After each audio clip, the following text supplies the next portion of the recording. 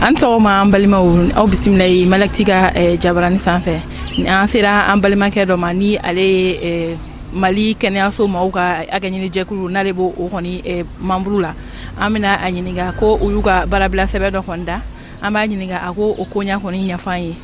an sɔgɔma. An b'a ni sɔgɔma. I tɔgɔ ni jamu? Ne tɔgɔ ye Seyibu Sise. Bon ne ye dɔgɔtɔrɔ ka lafasatɔn min bɛ yen n'a bɛ fɔ a ma ko FESISAM, Fédération des syndicats de la santé du Mali, ne y'o ɲɛmɔgɔ ye. Bon an faralen don syndicat wɛrɛ kan n'o ye syndicat des médecins du Mali, o fila faralen ɲɔgɔn kan jɛkulu dɔ la n'a bɛ fɔ o ma ko PLASMA, Plateforme des syndicats de la santé du Mali. Donc an de kɛlen bɛ ka laɲini dɔw de bila jamana ɲɛmɔgɔw ka taabolo kan. Ayiwa an y'a ye ko aw taara baarabila sɛbɛn dɔ bila an bɛ fɛ i ka i da don o kun na k'a ɲɛfɔ an ye mun na aw ye baarabila sɛbɛn bila ani aw ka laɲini ye mun ye. Ok, i ni ce n balimamuso ɲininkali in na an b'a daminɛ a daminɛ na fɔlɔ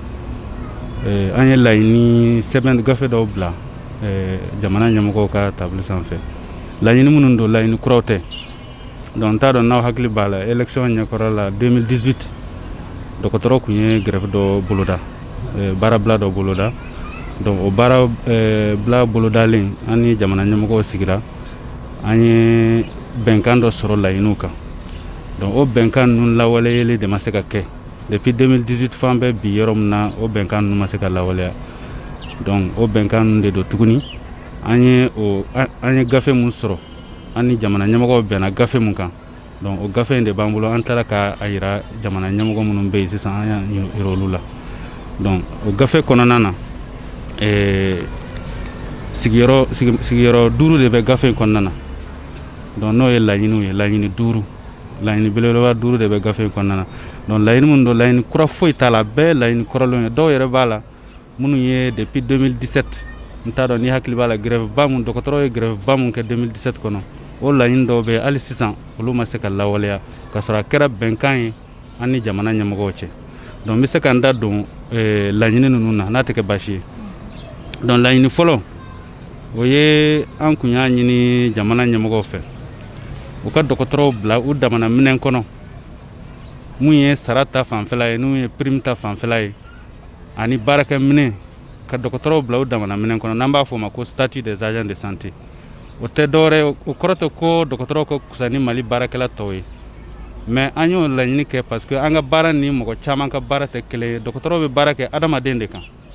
donc o ni mɔgɔ caman tɛ kelen ye. Donc an y'a jateminɛ fana k'a ye an ka jamana in kɔnɔ ni dɔɔni bɛ mɔgɔ o mɔgɔ kun o bɛ taa jamana wɛrɛ de la ka taa yɛrɛ furakɛ. O kɔrɔ tɛ ko dɔgɔtɔrɔ minnu bɛ yan k'u tɛ dɔ dɔn o kɔrɔ ye tout simplement an yɛrɛ kɛmɛ k'an ka dɔgɔtɔrɔso bila kɔ. An mago t'an ka dɔgɔtɔrɔsow la, jamana ɲɛmɔgɔw mago t'an ka dɔgɔtɔrɔsow la, jamana ɲɛmɔgɔw tɛ ka wari ladon pour que dɔgɔtɔrɔsow ka se ka jɔ ka se ka baarakɛminɛnw bila o la. Ɲɔn tɛ Tunisie, Maroc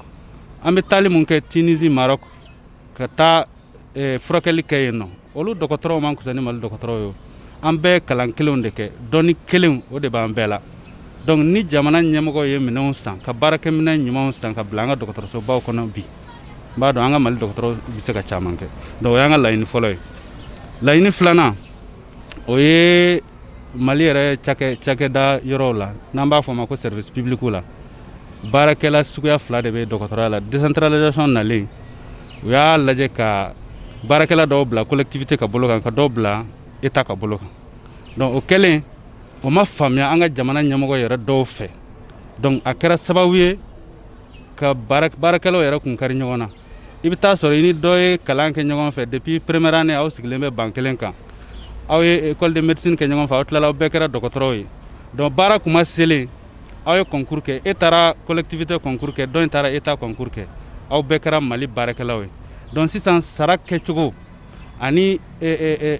baara taabolo yɛrɛ la dɔ kusalen don ni dɔ ye alors que diɲɛ yɛrɛ kɔnɔ droit dɔw bɛ yen mun b'a fɔ ni mɔgɔ bɛ baara kelen kɛ a diplôme égal salaire égal, c'est-à-dire aw ka diplôme bɛɛ ye kelen aw ka baara bɛɛ ye kelen aw ka avantage bɛɛ kan ka kɛ kelen. Donc o fana o problème ba de bɛ yen fonctionnaire de collectivité o fɛn caman de bɛ yen n'a bɛ fɔ ko fonctionnaire de collectivité tɛ se k'a kɛ. Donc o tɛ dɔwɛrɛ ye faamuyabaliya. Donc an bɛ fɛ jamana ɲɛmɔgɔw k'a faamuya k'a fɔ ko o waleya in o bɛna kɛ kɔlɔlɔ de ye jamana kan parce que n'an y'a lajɛ décentralisation nalen baarakɛla fonctionnaire fanba ye collectivité de fonctionnaire de collectivité de n'a fɔra ko o fonctionnaire de collectivité aw bɛ k'u minɛ k'u bila k'u tɛ se ka fɛn wɛrɛ kɛ an bɛna taa san 10 san 20 kɛ yɔrɔ o yɔrɔ an ka dɔgɔtɔrɔso yɛrɛ la i tɛna baarakɛla sɔrɔ yen tuguni donc syndicat fana sigi kun ye ka jamana ɲɛmɔgɔ dɛmɛ ka o fɛnw ye problème minnu bɛ se ka na basi minnu bɛ se ka na san 10 san 20 kɔnɔ an fana ye jamanadenw de ye an ɲɛ b'o la an b'o de fɛngɛ kɛ prévention kɛ n'an b'a fɔ k'o kunbɛn an kana na cɔn na n'i ye enseignement lajɛ san dɔ kɛra u ye écolesow bɛɛ datugu minnu bɛ école karamɔgɔw former ko parce que école karamɔgɔ cayara mais san 10 san 20 mun de nana école karamɔgɔ crise dɛsɛ de nana donc o de nana n'a ye école karamɔgɔ sugu bɛɛ tara k'o kɛ école karamɔgɔ ye donc an b'o kɔlɔlɔ de kɔnɔ donc an tɛ fɛ dɔgɔtɔrɔw fana ka don o kɔlɔlɔ in kɔnɔ donc o de kama an ye laɲini filanan in kɛ an ko ko l'intégration des contractuels et la création d'une passerelle entre la fonction publique des collectivités et l'enseignement supérieur donc minnu bɛ collectivité la olu ka se ka taa yɔrɔ yɔrɔ ka d'u ye n'i ka dɔnni bɛ se k'i lase yɔrɔ yɔrɔ i ka se ka taa yen donc laɲini sabanan o ye l'intégration des contractuels sur fond ASACO dans la fonction publique des collectivités an ka kɛrɛfɛ dɔgɔtɔrɔsoninw minnu n'a bɛ f'o ma ko SESCOM olu baarakɛlaw minnu bɛ baara kɛ yen dɔw bɛ yen collectivité b'u sara dɔw bɛ yen état b'u sara dɔw bɛ yen baara mun bɛ kɛ SESCOM yɛrɛ la n'o ye consultation ni lajɛli ni fɛnw o wariw mana fara ɲɔgɔn kan o wari de bɛ kɛ k'olu sara ka tila k'u bila INPS la an y'a ye o SESCOM ninnu a gestion na dugudenw yɛrɛ de talen don ka SESCOM ninnu baara kɛ donc kuma caman an b'a ye wari mun bɛ ladon wari in tɛ bɔli kɛ mun na parce que a fɔra ko dɔgɔtɔrɔso minnu bɛ an kɛrɛfɛ yan sigida kɔnɔ a dabɔra lafiya de kama donc consultation n'o ye lajɛli wari o tɛ se ka yɛlɛ kosɛbɛ fura fana o sɔngɔ tɛ se ka yɛlɛ kosɛbɛ donc a bɛɛ da jiginnen don pour que quartier kɔnɔ mɔgɔw n'an b'a fɔ ma aire de santé mɔgɔ minnu bɛ yen u ka lafiya donc o kɔnɔna na ni wari bɛrɛ tɛ don donc minnu bɛ baara kɛ olu fana tɛ se ka sara t'a bɔ dɔw tɛ se ka sara dɔw tɛ sara ka sɔrɔ kalo sa la dɔw fana tɛ INPS la donc an y'a jateminɛ an ko sisan pour que baara ka nɔgɔya puisque santé kɛnɛya o ye jamana ɲɛmɔgɔw de kan ka kɛnɛya di jamanadenw ma an ko puisque o ye problème dɔ ye u k'a lajɛ minnu bɛ yen n'u bɛ ASACO yɛrɛ bɛ k'u sara u k'olu intégrer fonction publique des collectivités la pour que sarako ka ɲɛnabɔ u ka sini ɲɛsigi fana n'o ye INPS ko o fana ka se ka ɲɛnabɔ o ye laɲini dɔ ye bɛnkan kɛra nin laɲini bɛɛ kan donc laɲini naaninan o ye la gestion de la problématique des biens appartenants o tɛ dɔwɛrɛ ye dɔw bɛ yen i b'a ye dɔgɔtɔrɔ dɔw bɛ yen u bɛ baara kɛ hôpital la u bɛ tila ka taa cours di faculté la n'o ye ka taa kalan kɛ écoledenw kun écolesobaw la donc u bɛ taa kalan mun kɛ écoleba ninnu na wari dɔ bɛ d'u ma o wari in kalo o kalo o bɛ d'u ma donc u bɛ dɔgɔtɔrɔya mun na hôpital fana kɔnɔ o wari in bɛ d'u ma donc wari fila de don a fila bɛɛ bɛ bɔ jamana ɲɛmɔgɔw de kunna mais kelen dɔrɔn de bɛ yen n'o ye u bɛ dɔgɔtɔrɔso la o wari in o de bɛ jate n'u taara retraite la jate bɛ k'o kan retraite la o de bɛ d'u ma donc an ko yan'a ka kɛ baara fu ye sara fila in o ka fara ɲɔgɔn kan ka kɛ sara bakuru kelen ye pour que a ka se k'u nafa retraite la donc an y'a fɔ o de ma ko biais appartenance a sara fila bɛɛ bɛ bɔ jamana de kun donc u k'u fara ɲɔgɔn kan dɔrɔn ni mun kan ka tigɛ a la ka kɛ a tigi ka ɲɛsigi ye o ka tigɛ a fila bɛɛ la n'a fila bɛɛ farala ɲɔgɔn kan ni mun kan ka tigɛ a la ka bila an ye o ka tigɛ ka bila an ye mais a fila ka fara ɲɔgɔn kan pour que a k'a tigi nafa retraite la a ka se ka a nafa fana donc o ye ɲininkali naaninan ye donc ɲininkali laban o ye intégration des contractuels des hôpitaux dans la fonction publique de l'État o fana tɛ dɔwɛrɛ o ye laɲini dɔ ye depuis 2012 depuis président ATT ala ka hinɛ a la a ka waati nin laɲini kun bɛ yen a kun yera ko baarakɛla dɔw kun bɛ hôpitaux la hôpitaux damadɔ de don hôpitaux bɛɛ tɛ yɛrɛ dɔgɔtɔrɔsoba damadɔ de don k'olu kan ka ta k'u don fonction publique de l'État la a jate yɛrɛ kun bɔra a hakɛ kun dɔnnen don mɔgɔ hakɛ mun kun kan ka intégrer mais depuis 2012 a problème ma se ka ɲɛnabɔ a problème dalen kun bɛ yen donc kɔsa in na 2018 kɔnɔ problème fan kelen ɲɛnabɔra dɔgɔtɔrɔsow kɔnɔ ni minnu ye dɔgɔtɔrɔw ye minnu bɛ dɔgɔtɔrɔya yɛrɛ baara kɛ olu ta ɲɛnabɔra olu taara ka don mais i b'a dɔn dɔgɔtɔrɔso kɔnɔ dɔgɔtɔrɔw bɛ yen mais dɔw bɛ minnu tɛ dɔgɔtɔrɔ ye n'o ye comptable ye n'o ye administrateur chargé des ressources humaines mɔgɔ fɛn fɛn bɛ yen n'o tɛ dɔgɔtɔrɔ ye olu ta ma se ka ɲɛnabɔ mais dɔgɔtɔrɔw minnu b'a la k'a ta médecin infirmier sage femme olu bɛɛ ta ɲɛnabɔra olu intégré la mais a tɔ ye personnel administratif olu fana bɛ dɔgɔtɔrɔso de kɔnɔ baara la a tɔ ye olu de ye donc laɲini 4nan in b'o de kan donc ni laɲini 5 fɛn fɛn filɛ nin ye ni y'a f'i ɲɛna a bɛɛ bɛnkan sɛbɛn kun b'a bɛɛ la et puis a baaraw fana kun daminɛna a bɛnkan dɔw bɛ yen a kun fɔra ko an ka taa commission na commission tɛ dɔwɛrɛ ye mɔgɔw bɛ fara ɲɔgɔn kan ka hakili jagabɔ kɛ k'a lajɛ laɲini bɛ se ka sabati cogo min na donc o commission kun ye baara daminɛ mais a baara nana jɔ an ma kun foyi y'a la baara nana jɔ a kuma tɛ fɔ tuguni an ye lettre sɛbɛn an ma gafe in bila ten yanni gafe in ka bila an ye lettre caman de sɛbɛn k'a ci an ye lettre ci ka u hakili lajigin k'a f'u ɲɛna baara kun daminɛna baara jɔra a y'aw hakili to a la an ka se ka baara in kɛ ministre kuraw nanen fana an ye gafe sɛbɛn tuguni an ko an tɛ se k'a daminɛ ni baara bila ye ministre kura ka na dɔrɔn an ka baara bila kɛ an tɛ se k'o kɛ an ye gafe sɛbɛn k'a ci ministre kura ma tun k'a fɔ an ɲɛna bon i nana i k'i hakili to nin na parce que nin bɛ yen depuis a bɛ san 2 san 3 bɔ nin laɲiniw bɛ yen an ni jamana ɲɛmɔgɔw bɛnn'a kan a laɲiniw bɛ yen a tɛ ka lawaleya donc an bɛ fɛ i k'i hakili to a la i ka baara fɔlɔw i k'a don i ka baara fɔlɔw la donc an y'o gafe ci ministre kuraw ma k'u hakili lajigin donc o kɔfɛ an ye waatinin kɛ an y'a ye halisa u tɛ k'an jaabi u tɛ ka kuma fɔ donc an fana ko an bɛ gafe in bila k'a yir'u la ko an bɛ ŋaniya yira kɛ ka baara bila pour que k'a yir'u la vraiment an degulen don voilà. aw ka nin baarabila in na a bɛ taa tile joli bɔ ɲɔgɔn kɔ ani a bɛ daminɛ wagati jumɛn. donc baarabila in ye n'i y'a bɛɛ fara ɲɔgɔn kan a bɛ bɛn tile 8 de ma mais a bɛ kɛ en 2 phases an bɛ tile 3 kɛ fɔlɔ tile 3 le 25 au 27 donc n'an y'o kɛ an bɛ waati bila an bɛ sɔrɔ ka na tile 5 kɛ toujours ni laɲiniw ma sabati ni laɲiniw ma sabati le 25 26 27 o ye 72 heures an b'o kɛ fɔlɔ n'o banna tile 3 mana ban tile 5 o bɛ daminɛ le 7 décembre 7 8 9 10 11 o ye tile 5 ye an b'o tile 5 fana kɛ voilà. aw ye kɛnɛya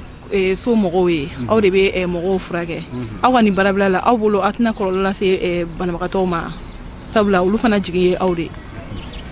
bon an ka jateminɛ na a tɛna kɔlɔlɔ lase puisque an bɛ ka banabagatɔw yɛrɛ de ka kɛlɛ kɛ parce que n'i y'a ye n'i y'an ka dɔgɔtɔrɔso ye bi a ma se dɔ ka fɔ mɔgɔ ɲɛna dɛ bɛɛ b'a kalama k'a fɔ ko problème bɛ dɔgɔtɔrɔso la baarakɛminɛn ko bɛ yen fɛn caman bɛ yen bɛɛ b'a kalama n y'a fɔ n ka kuma daminɛ na bi ni se bɛ mɔgɔ mɔgɔ ye bi a bɛɛ bɛ taa Maroc a bɛɛ bɛ taa Tunisie a bɛɛ bɛ taa jamana kɔ kan ka t'u furakɛ donc o bɛ mun de yira o b'a yira ko baarakɛminɛn de tɛ au moins ni baarakɛminɛn bɛ yen dɔgɔtɔrɔw bɛ ka baara kɛ u sago la résultat tɛ yen an bɛ se ka kuma dɔ fɔ mais ni baarakɛminɛn tɛ yen foyi tɛ jamana ɲɛmɔgɔw tɛ ka foyi ɲɛɲini pour que an ka dɔgɔtɔrɔso baw ka se ka mɔgɔw reçoit alors que an hakili b'a la san dɔw kɛra an ka ekɔlisoba min bɛ dɔgɔtɔrɔw kalan yan nɔ référence de kun don sous région kɔnɔna na i bɛ taa sɔrɔ jamana an yɛrɛ bɛ médecine kɛ waati min na o y'a sɔrɔ nationalité mun tun bɛ faculté la a ka ca ni nationalité 30 ye nationalité 30 u bɛ bɔ jamana wɛrɛ la ka n'u ka école de médecine kɛ mais i b'a ye o dɔw nana u ka kalan kɛ n'an ye Niger yɛrɛ ta Niger dɔgɔtɔrɔw a formation a bɛɛ formera Mali de la a bɛɛ formera an fɛ yan Mali la mais bi Niger ye dɔgɔtɔrɔso jɔ a ka bon hakili ma ka matériel k'a kɔnɔ donc vraiment an b'a ɲini an ka jamana ɲɛmɔgɔw fɛ u ka u hakili to dɔgɔtɔrɔso la donc an bɛ ka banabaatɔw de ka kɛlɛ kɛ parce que an ma nin fana kɛ an ye kibaruya caman lase banabaatɔw ma k'a ɲɛf'u ɲɛna an bɛ k'olu de ka kɛlɛ kɛ pour que parce que an fana ye banabaatɔw de ye an ye dɔgɔtɔrɔw de ye mais an fana ye potentiel malade de ye parce que an fana bɛ population de la donc a mana kɛ cogo cogo i kɛra dɔgɔtɔrɔ ye o i kɛra ministre ye o i kɛra fɛn fɛn ye i bɛ laban dɔgɔtɔrɔso ninnu de la dɔgɔtɔrɔw yɛrɛ ka surun parce que ministre ninnu wari b'olu kun olu b'a fɔ k'u bɛ u évacuer ka taa extérieur la mais an dɔgɔtɔrɔ minnu filɛ nin ye an bɛ laban yen de o an fana bɛ laban yen de bana mana an sɔrɔ an bɛ laban o dɔgɔtɔrɔso ninnu de kɔnɔ donc an bɛ ka kɛlɛ nin kɛ an bɛ kɛlɛ nin kɛ bɛɛ de ye population an yɛrɛ bɛ population na parce que se t'anw ye bi ka taa jamana kɔ kan ka taa an furakɛ n'an banana bi an fana bɛ laada yan dɔgɔtɔrɔso de la an bɛ furakɛ yan dɔgɔtɔrɔso de la donc an ka laɲini ye o dɔgɔtɔrɔso ka dilan parce que an b'a dɔn dɔnni mun bɛ Mali dɔgɔtɔrɔw la n'i ye baarakɛ minɛn d'u ma fɛn fɛn bɛ kɛ Tunisie fɛn fɛn bɛ kɛ Maroc fɛn fɛn bɛ kɛ yɔrɔ tɔw la a bɛ se ka kɛ yan nɔ donc an bɛ ka banabaatɔw ka kɛlɛ de kɛ parce que an fana ye banabaatɔw de ye voilà. Ayiwa aw ko aw ye sɛbɛn ci min ye an ka camancɛ fanga mɔgɔw ye k'aw ye sɛbɛn ci olu ma i ka kuma kɔnɔna y'a jira k'a fɔ k'u m'aw jaabi. Oui o ye yanni an ka nin laɲini sɛbɛn in bila an ka nin préavis in bila an ye lettre ci u ma k'a ɲɛf'u ɲɛna degun minnu b'an kan baara minnu daminɛna laɲini minnu kun sɔrɔla an ni bɛnkan minnu kun bɛ an ni ɲɛmɔgɔ tɛmɛnenw cɛ an y'o bɛɛ ɲɛf'u ɲɛna mais u m'u hakili to a la k'a fɔ ko aw kun y'a bila nin yɔrɔ in na an k'a ta yen an ka baara daminɛ o de ma kɛ mais nin bilalen an kɛlen ka nin gafe in bila kunu ye lettre ci k'an wele ko an ka na pour que an ka se ka kuma an k'a lajɛ an bɛ se ka nin laɲini ninnu ɲɛ sɔrɔ cogo min na voilà. O kuma ninnu ma daminɛ fɔlɔ. O kuma ninnu ma daminɛ fɔlɔ. Nka aw bolo sisan jamana bɛ cogoya min na cɛmancɛ fanga ale kan san 1 ani tila de kɛ fanga la aw bolo aw ka situation bɛ se ka ɲɛnabɔ o kɔnɔna la. An bolo an ka situation bɛ se ka ɲɛnabɔ puisque n y'o de f'i ɲɛna a daminɛ na an ka situation laɲini gɛlɛman t'a la o laɲini fɛn fɛn don a laɲini ninnu bɛɛ kun baara daminɛ na mais an ka laɲini ninnu ye volonté de ye ŋaniya ko dɔrɔn de don. ŋaniya ko dɔrɔn de don a bɛ ɲɛnabɔ parce que ne ɲɛ tɛ laɲini foyi la laɲini ninnu na mun tɛ se ka ɲɛnabɔ an bɛ yɔrɔ min na ko bi a laɲini nin bɛɛ bɛ se ka ɲɛnabɔ. Ni aw ka ni baarabila ninnu kɔnɔna la ni aw ka laɲiniw ma sabati baara wɛrɛw b'aw bolo k'a kɛ yan. Oui o ye droit yɛrɛ ye syndicalisme bi droit mun d'an ma an k'o kɛ n'an ye nin baarabilaw kɛ n'o ma ɲɛnabɔ ni laɲini ninnu ma ɲɛnabɔ donc fɛn wɛrɛw bɛ yen olu bɛ se ka kɛ. I n'a fɔ juma. Bon fɛn wɛrɛ minnu bɛ yen grève illimité bɛ yen n'o ye baarabada ye o bɛ yen ka baara bila n'an ye tile 3 kɛ ka tile 5 kɛ baarabila badabada bɛ yen taamaw bɛ yen a fɛn caman bɛ yen mais ni nin banna an b'an sigi de tuguni k'a lajɛ an kan ka taa sira mun fɛ mais a mana kɛ cogo o cogo an bɛ fɛn fɛn bɛ yen n'o bɛ se ka kɛ sariya kɔnɔna na pour que an ka nin laɲini ninnu ka se ka sabati an b'o kɛ n'Ala sɔnna. Voilà. Kumakan laban jumɛn de b'e bolo k'a fɔ? Bon kumakan laban min bɛ yen n bɛ fɛ k'a fɔ jamana ɲɛmɔgɔw ɲɛna c'est vrai tiɲɛ don an bɛ furancɛ fanga na nka tiɲɛ don fana jamana tɛ se ka jɔ ni kɛnɛya tɛ yen a mɛnna an y'a fɔ jamana ɲɛmɔgɔw ɲɛna wari min bɛ fara ɲɔgɔn kan ka don évacuation sanitaire la n'a bɛ fɔ ka wari dɔ bilalen don mun bɛ di mɔgɔw ma ka taa extérieur la ka t'u yɛrɛ furakɛ o wari in san kɔnɔ n'i y'a jateminɛ i mana san damadɔ wari fara ɲɔgɔn kan an bɛ se ka dɔgɔtɔrɔsoba dɔ sɔrɔ Mali kɔnɔ an bɛ se k'a fɔ mun ma ko référence sous-régionale c'est-à-dire i miiri kana jɔ fɛn fɛn na n'o ye kɛnɛya taabolo ye n'o tɛ sɔrɔ dɔgɔtɔrɔso la Mali kan ka sɔrɔ o niveau de la bi kun kan ka sɔrɔ dɔgɔtɔrɔso dɔ bɛ sɔrɔ Mali kɔnɔ bi n'o ye référence sous-régionale ye fo mɔgɔ wɛrɛw bɛ bɔ jamana wɛrɛ la ka n'u lada an fɛ yan ka n'u furakɛ an kun kan ka sɔrɔ o niveau de la hali n'a danna hôpital kelen ka fɛn bɛɛ k'a la ka fɛn bɛɛ kɛ hôpital kelen na pour que mɔgɔw ka se ka na u furakɛ o hôpital kɔnɔ o kun bɛ se ka sɔrɔ donc an ka laɲini y'o de ye an b'a fɔ jamana ɲɛmɔgɔw ɲɛna u k'u hakili to kɛnɛya la u k'u hakili to kɛnɛya la parce que jamanadenw mana kɛnɛya o de bɛ na ni développement ye jamanadenw mana kɛnɛya baara bɛ se ka kɛ kɛnɛya bɛ na mais ni jamanadenw ma kɛnɛya développement tɛ se ka na dɛ an tɛ se ka bɔ nin na dɛ c'est vrai que an bɛ furancɛ fanga na chantier ka ca nka an bɛ ka laɲini fɛn fɛn kɛ an y'an sigi k'an hakili jagabɔ de k'a lajɛ surtout que laɲini kuraw tɛ k'a dɔn ko jamana bɛ s'a kɔrɔ wa ni jamana y'a kɛ fana a bɛ kɛ jamana yɛrɛ de ye jamanadenw bɛɛ de bɛ hɛrɛ sɔrɔ a la pour que jamana in ka se ka bɔ nɔgɔ la a ka se ka jɔ a sen fila kan voilà. Ayiwa an balimaw an bɛ bi masala in kun cɛ nin kun ye an balimakɛ Seydou Cissé ni ale ye docteurw ka ɲɛnajɛkulu maa dɔ ye ale y'i da don u ka gɛlɛya la ka ɲɛfɔ ani k'u bɛ ka baarabila dɔ kɔni boloda don n'a nata la aw k'an bɛn.